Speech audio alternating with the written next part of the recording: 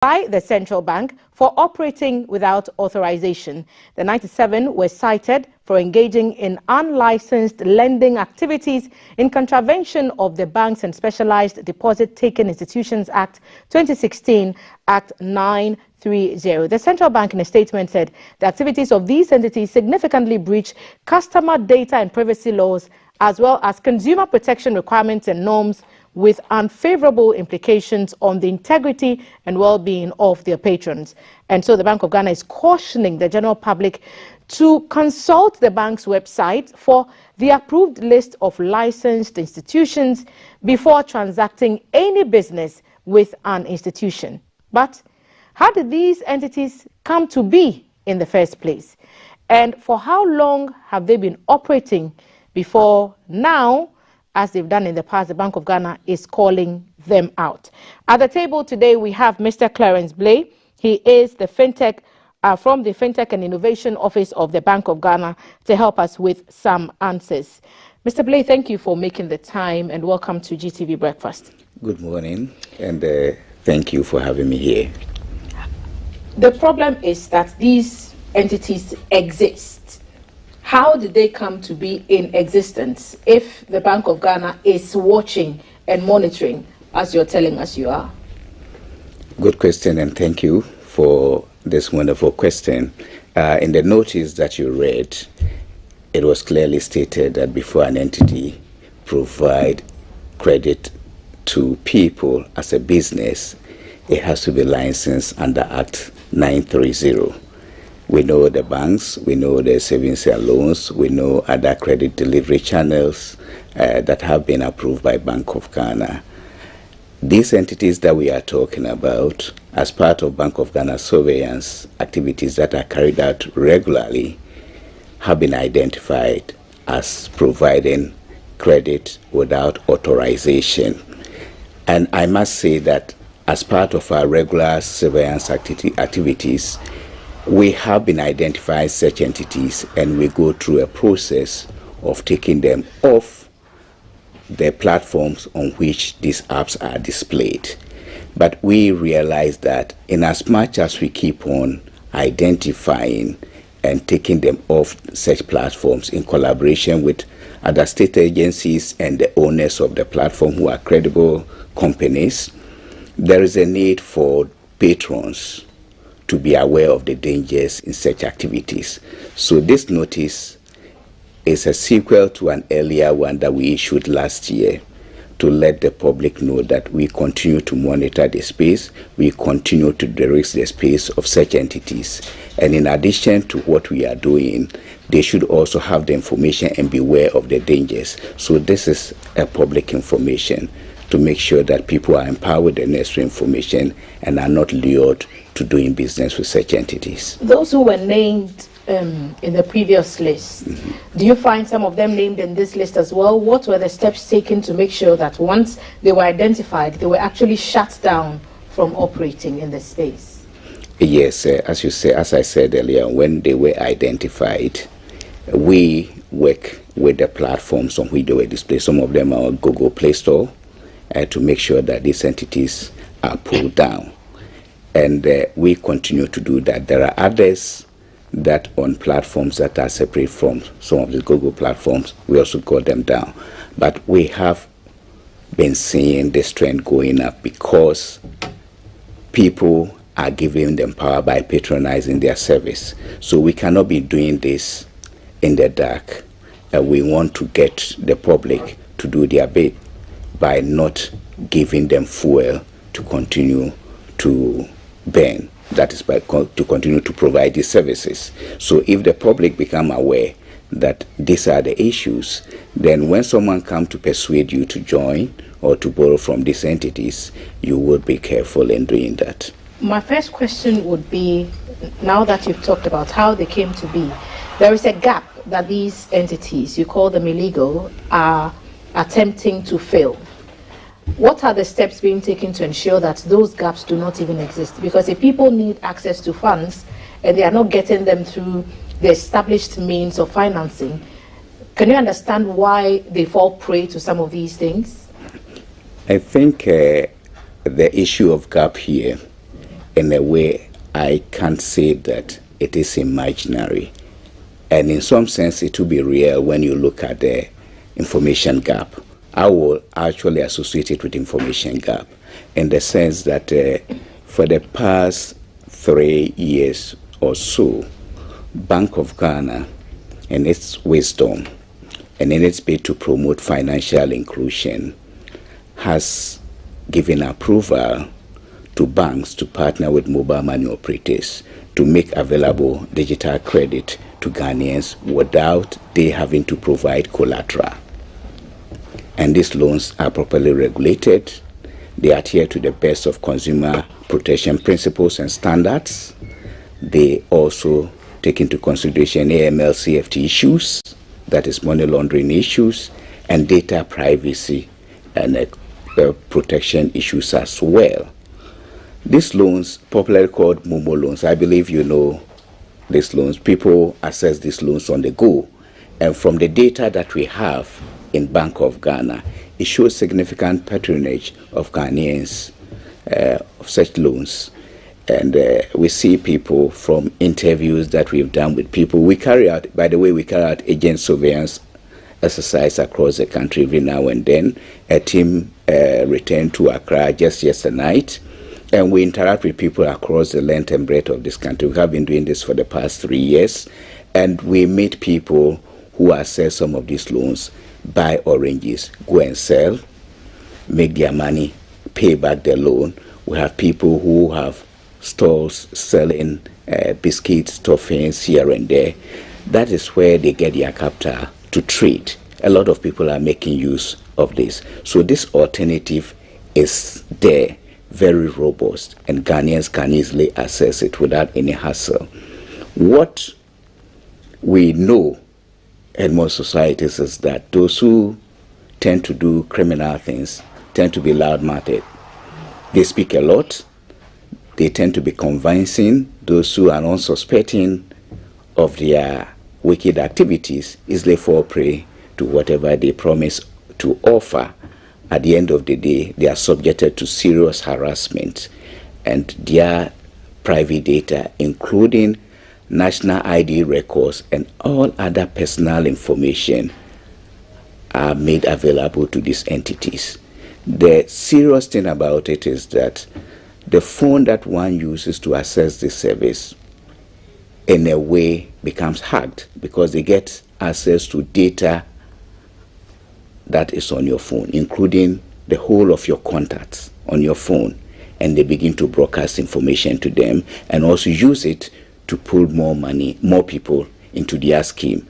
They will make sure that that information moves from your phone to the other person's phone. And because you have a very good friend who is giving you that information, you tend to believe it, so and you also fall prey. Those people who send messages asking you to come and take loans, is that it? Or is it about those who send all these general messages to perhaps WhatsApp platforms and say, there's this investment opportunity and I've tried it before, I know it works, so contact Mr. ABC so that you can also get your share of the money?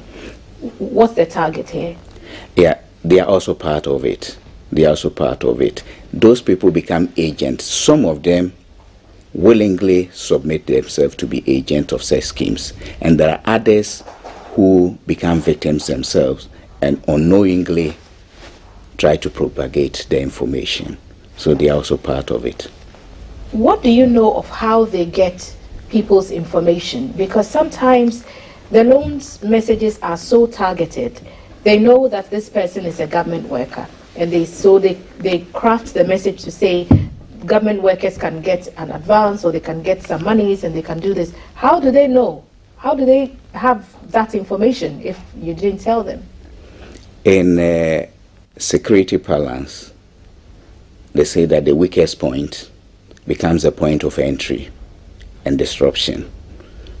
If one person falls prey to this group of persons, it opens the way for all the other contacts, all the persons on that person's contacts to be infested with the same information. So it just takes a little opening in the whole ecosystem for them to get in there.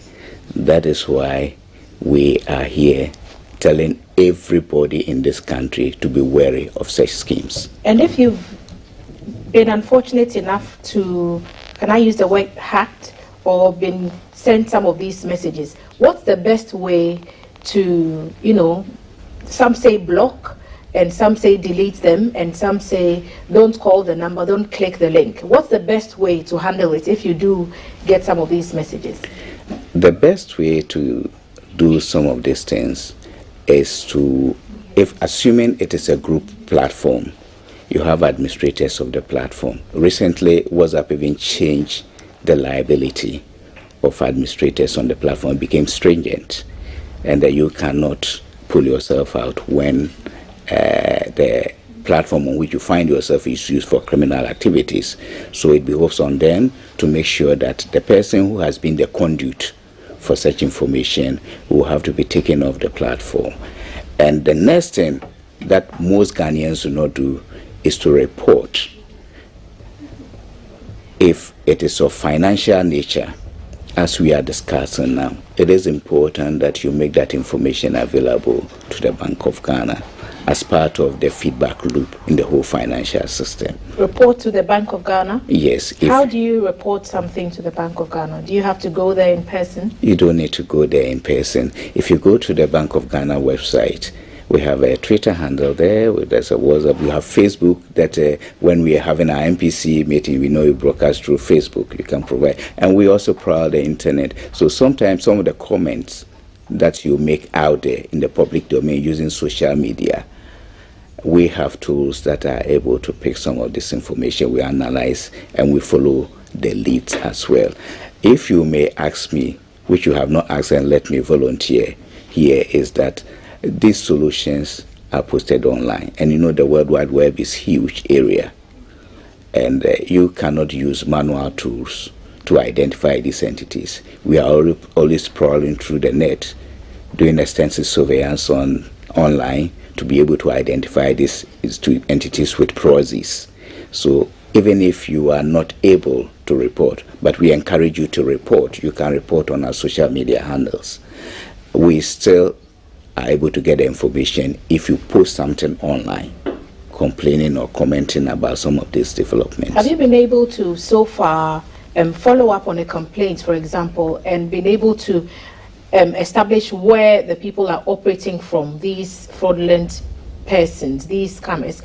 Have you been able to identify any of them and actually seen where the physical place where they are operating? Or is it solely a social media space monitoring system? These are online entities, and we use corresponding tools to identify them. I would say here that the good thing about transacting online is that no matter how much you try to conceal your activities, you always leave a footprint, and that footprint is what we use to trace. You trace, you see, maybe you are the agent. Through you, we get to see the links to another person. Maybe it's linked to another card here, links to a wallet somewhere there, and that is where we are able to nab the people with the active collaboration of the security agencies. So you're able to close some of them down? We have been doing actively, and we're still engaging partners, that's the security agencies, to do that, in addition to the entities that provide opportunity for them to host their apps. So it becomes easy if we go through the right process, and we have been doing that because of our stature as a regulator. What other sanctions are there? I'm asking because have people been prosecuted? Have people been arrested and taken through the legal processes and made to face or to assume responsibility for the act of scamming people? Some of these things are happening, but they are not in the public domain. We have been taking proactive steps this time with the security agencies, that when the time is up and all the investigations have been concluded, it is likely. But not yet. It's just likely that there is going to be a public display. We will make a public display as an example to all Ghanaians that those who engage in illegal activities to the detriment of the well-being of the financial service industry and the whole country will be brought to book. And that will happen. The due process will be followed, and it will be happening. A lot of work is happening behind the scenes. But as I said earlier on, this notice is to let Ghanaians know that we are still monitoring the space as part of our work. We don't go to sleep on this. We do it regularly, and we need their support to stop patronizing this service. And that when the time is up, you will have the right information in the public domain, and you see people who have been apprehended in respect of some of these illegal activities. Okay, so we hope that you're listening. The Bank of Ghana is here trying to clarify the issue about the blacklisted entities who are being flagged for operating without the required licenses. The BoG released a list of those entities. Take a critical look. Perhaps you're doing some business with an entity that is not licensed. So here is the list on your screen now. We'll go through some of them. Mr. Blay, so the list that the Bank of Ghana released is going to be put on the screen now, and that is it.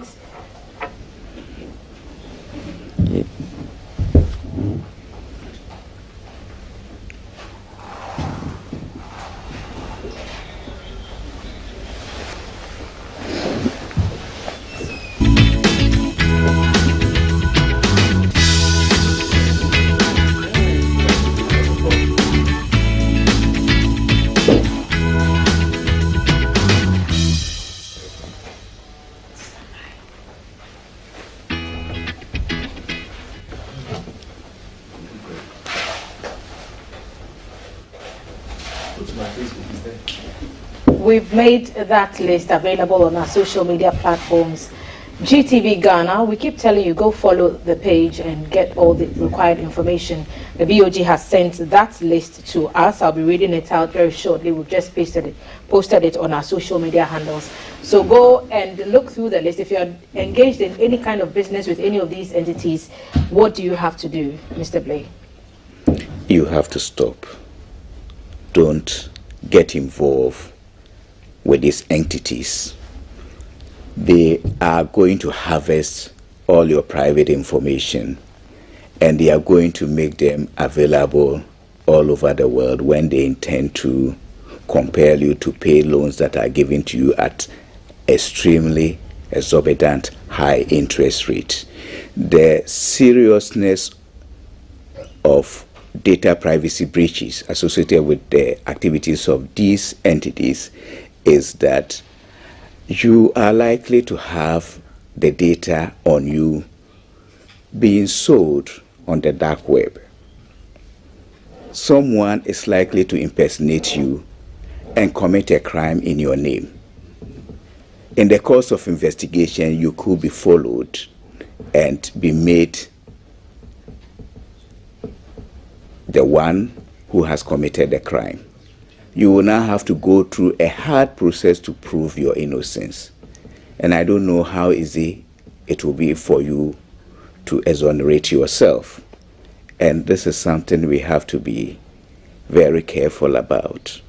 Some of their patrons have gone into depression because of the incessant harassment that they have been subjected to. It is important that we desist from doing business with these entities. You are allowing them to have your personal data without they adhering to any data protection norms and principles. No protection is given to your private data. Your private data is likely to be sold to criminals, and you will be impersonated, as I have spoken about earlier on. So you then have to realize that it is better you go to the formal financial service providers. I've always said that when you evade what is legal, which affords you protection by the law, you end up subjecting yourself to chaos and disorderly living, which will cause you anxiety. And the Bank of Ghana has no way of, retrieving your information from these illegal entities once you willingly give in to them and provide those details to them yourselves. Then you only have yourself to blame. You only have yourself to blame, yes. So we'll put the list on the screen again, because it's important that you identify which of these companies you should avoid doing business with. 97 items on that list: Flash Cash, Accra, G8 Lending, Mo Loan, Rapid City, 100 City, City Help, Masidi Consult, City Boom, Cash Loan Pro, Air Cash, Aquaba Payment, For Credit, Ghana Lending, Account Credit, Ghana Loan, Mac Loans Ghana, Imbosia, Momo Cash Loans, Prime Loans, Easy Access Loans, Cash Pie Online Loans, Happy Loan, Money Loan App, Plus Loan, Mega Credit, Bowen Cash, Lemon Wallet, Coco Cash, Cola Cash or Cash Cola, Rapid Money, Cash Star, Loan Galaxy, Bit Cash, Ucash, Fan Cash, Quick Cash, True CD, Robin Personal Loan, Kudi Credit, One Rapid CD, City Story, City Cash, Soft Cash, Easy Cash, Dates Cash, Bosiapa, Yo Cash, Fufu Credit, Top Credit, Derived Cash, Eagle Cash, Cash Wave, Card Loan, and the rest: Sikabas, Ultra Loan, Fund City Ghana Loan App, Mika Cash Loan App, New Loan Ghana, Zip Loan, On Loan or Want Cash Credit Ghana App, Bloom Cash, Home Credit, Aquaba Cash, Ajinkwasika Personal Loan, Cashway, Hello City, Sunny Cash, Sunny Loan, Gold Miner, Enjoy Credit, City Wallet, Pro Cash, City Fee, Hela Cash, Daily Cash, Fee Cash, Sikadria, PK Loans, Smart Loan, Loan Papa, Cool Cash, Mo Loan, Rapid City, City Fee, Moko, Sikakasa, Chase Loan, Joy Cash, Coco Loan, Pop Cash, Loan Hub, Credit Mall, City Pros, Mom Cash, Get Wallet, Keep Loan, and Cash Coco. I have to read that list out for the benefit of our hearing impaired audience, in case you know that you're doing any business with any of these entities. You should desist from making any further arrangements. Whatever loan situation you have going on, you should cut that out immediately. The Bank of Ghana says they are not legal and that your information is not protected when you do business with some of these entities. But Mr. Blade, do you find that some of these people can go legit? For example, once they've been put on this list, what if they come to you and say, okay, we admit that we started this off wrongly, we want to do this by the books? What solution would the Bank of Ghana provide? The Bank of Ghana has laws that are publicly accessible, and the laws communicate to everybody who has interest in providing credit service in this country. And the foundation law is the Act 930, that's the Banks and Specialized Deposit-Taking Institutions Act, and other related enactments that empower entities through Bank of Ghana license to be able to deliver credit. If anybody wants to deliver credit, he should go to the right route to do that. And we will not have any problem with that. And what's the process? What do they need to bring? What criteria do they have to meet? The process is an elaborate one, and I think on this platform, all that I want to say is that if you have interest in providing credit to customers or to persons in this country, visit the Bank of Ghana website. The documents are there. Acquaint yourself with the document. It doesn't end there. Most of the times people will visit us to seek further explanation on the content of the document. Our doors are open, and we can assist you with the right information for you to begin your journey of getting approval to deliver credit in a regulated manner. We are getting some messages coming through on our WhatsApp number 05555610034. These are the thoughts of those who are sending them. Mr. Blake, perhaps you help us understand what some of these messages before that, I want to make put an information out there for the general public.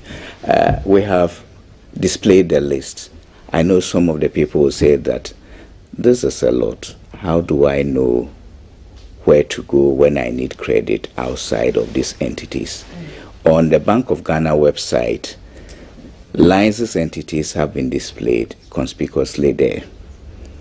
If you do not have access to internet to do some of these things, and you are an ordinary person that will want to make use of some of this online credit service, you should make it simple by accessing what the Momo service providers are making available to persons in collaboration with banks. That is the easiest way to go about it. Okay. If you want digital credit, go to those people. Their USSD platform apps enable you to access the credit. You go through certain process and you be pre-qualified. And those for are the first licensed and legal? Yes, the mobile money operators. Okay. They are working in collaboration with banks and specialized deposit-taking institutions. So they are doing that. These are legit entities. Okay. So Ghanaians should look up to them. Let's take a few of your messages, 05555610034. The first one I have from a viewer. Good morning, Thelma. I'm pleading. Bank of Ghana's approach from the time of Piram and R5 has been the same, which failed to protect vulnerable investors.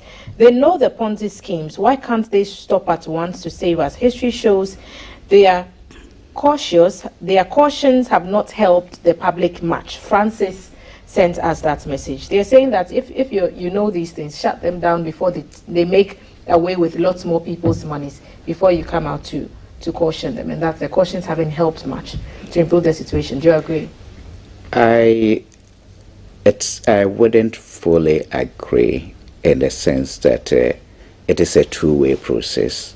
You are shutting them down because there are patrons out there, people who are interested in their product. They move to another place to set up. So we try to inform the populace that these entities are not legit. If you want entities that are legal, are operating by our license, they are on our website. They are these entities. Work with them. But sometimes people fall prey to these entities, and that is why we are putting out this info for the education bit. You shut them down, another one comes, you also shut them down. However, we need the other side to act for us to have an effective way of eradicating the space. So I would want him to also be an ambassador. Anytime that he gets any information on his WhatsApp, he should do well to let us have that information, and also sensitize his WhatsApp group that they should not use the services of such entities. And that will help. If they don't get active demand, they will fizzle out. Ambassador Francis, you have your answer. So be an advocate for stopping some of these entities from working. More messages on our WhatsApp number 05555610034. Good morning, GTV. Thanks so much for discussing this serious issue. I'm a victim. They have destroyed my life and business. I don't know where. I didn't know they were illegal until I found out. They are dangerous, very dangerous. They abuse their clients. They insult and rain curses on their clients when they default. We appreciate what the BoG is doing, but they must do more. They should shut them down. They should track and arrest and prosecute them.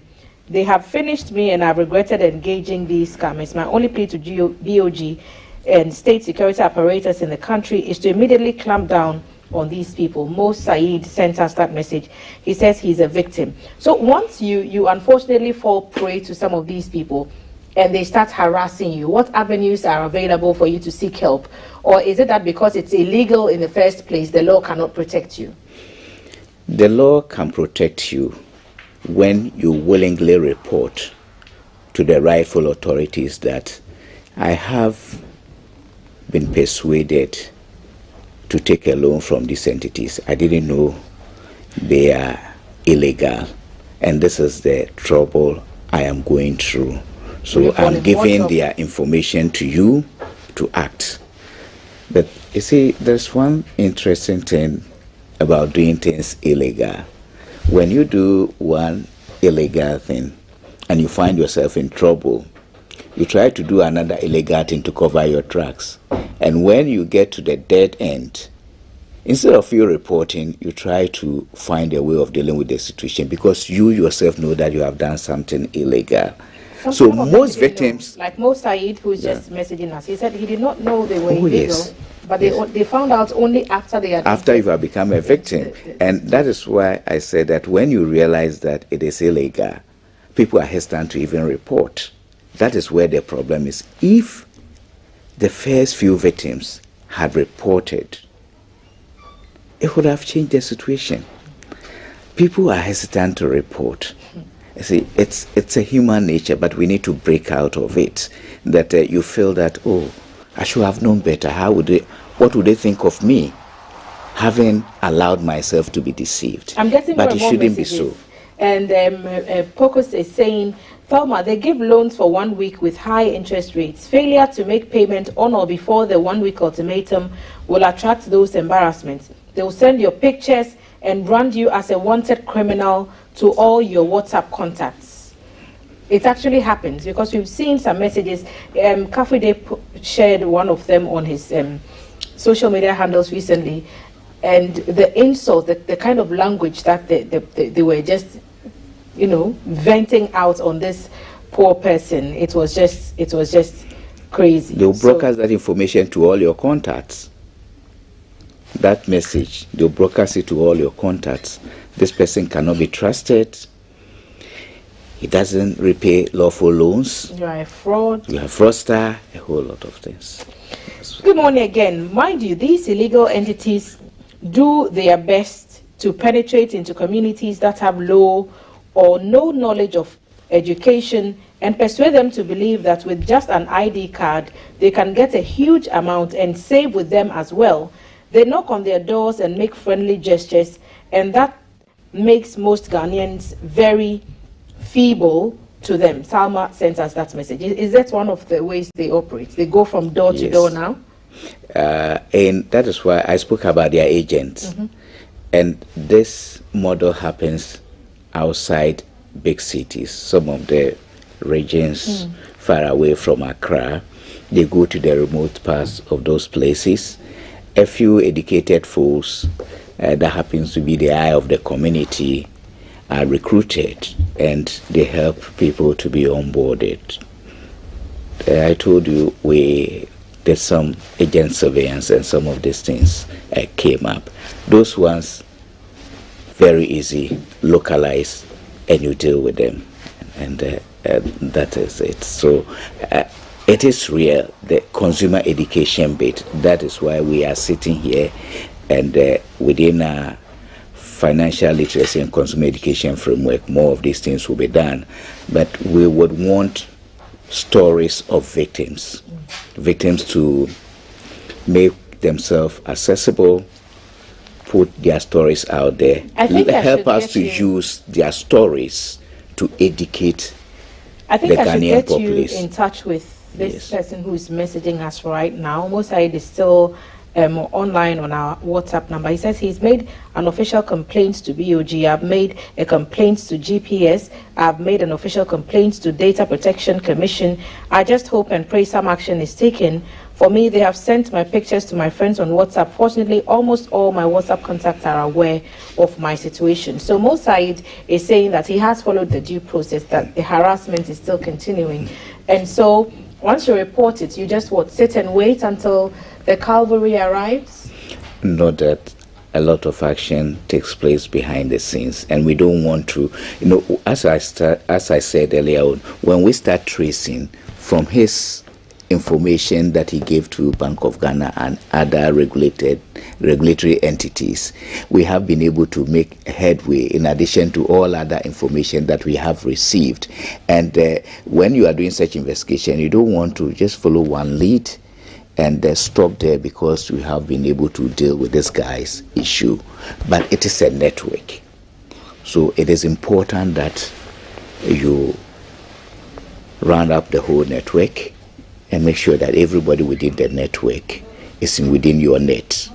and you deal with them. So a lot is happening there, and tell him that we are extremely grateful for volunteering the information, and it's been very useful in addition to all other information that we have received from other victims, and that is why we are here, in addition to what we ourselves have been able to gather, and we continue to do that, and he will see an end to his predicament. Alhaji Dauda from Madina Estate is also sending his message to us on our WhatsApp number 055. We'll be wrapping up very shortly, so send them very quickly. 05555611034. Alhaji thinks you have a good voice for the lecture hall, but he wants to ask a different kind of question about money lenders in their homes who we go and take monies from and pay interest. Are they also legal? There are some people whose business it is to give loans and not, through all these paper processes. You just go, you meet auntie or uncle or alhaji or alhajia or Mr. or Mrs. or Dr. Prof, and you explain your situation to them. They give you money and they give you terms. It's a gentleman's agreement, a lady's agreement. You take the money, you do your work, you bring it back to them. Are those also regulated by BoG? No, BoG does not know those people at all. We don't know those people. Okay, so personal loans and those you don't do with other, if you take loan from a friend, for example, that's not covered by the BoG. Someone is messaging us, Holy Stone from Abokobi. What happens to the people who applied for the loans from these fraudsters with their personal information unknowingly? So if you've unknowingly done business with them, what's going to happen now? Thelma, these operators often threaten defaulters with blocking their lines. What can we do about it? Alhaji Haruna is asking this question. Mosaid, yes, send some of the information to us. I'll hand it over to Mr. Blay here, and he will carry it on from there. But if you are threatened that your line will be blocked, for example, can they do that? They can't block your line. Has this exercise of SIM registration helped matters in even tracing the people behind some of these messages? Because there used to be a time when you couldn't tell who was using what number. Has SIM registration helped in this fight a little bit? I won't say a little bit. It has helped substantially. It has helped substantially because you have your biodata in the database linked to your SIM. So if the SIM is used for anything out there and it happens to be criminal, it can be traced. So what's your message it is to assisting people who are us to trace people who are doing the wrong thing. I would use this opportunity to encourage fellow Ghanaians to take the SIM registration exercise serious. But before that, those who do not have the national ID card should ensure that they have their national ID card and link their SIM to their national ID card. They should also ensure that the financial services that they use are properly verified with their national ID card. So if you have a bank account that you have not linked to your national ID card, please do that. If you have not done that with your Momo, please do that. It will help a lot. In the meantime, just take the apps off Google Store and Play Store, like you're saying, so that more people will not fall victim. We're working with all the stakeholders to get those things done within the right framework, and it is likely that out of deliberations, we will be able to fashion a more enduring solution to dealing with this canker, and than regular taking them down. So this is what we are looking at. Thank you for the work that you're doing, and the Bank of Ghana, we hope that you do it a bit more quickly before even more people fall prey to such pranks. So do not do business with these entities that the Bank of Ghana has named, and the list is on our social media handles. Do not do business with them, and they are not licensed. They will not protect your data, and they will not offer you a pleasant experience if you should even default. Mr. Clarence Blay is a fintech and innovation office worker of the Bank of Ghana, and he's been trying to give us some details about this. Mr. Blay, we wish you a pleasant day.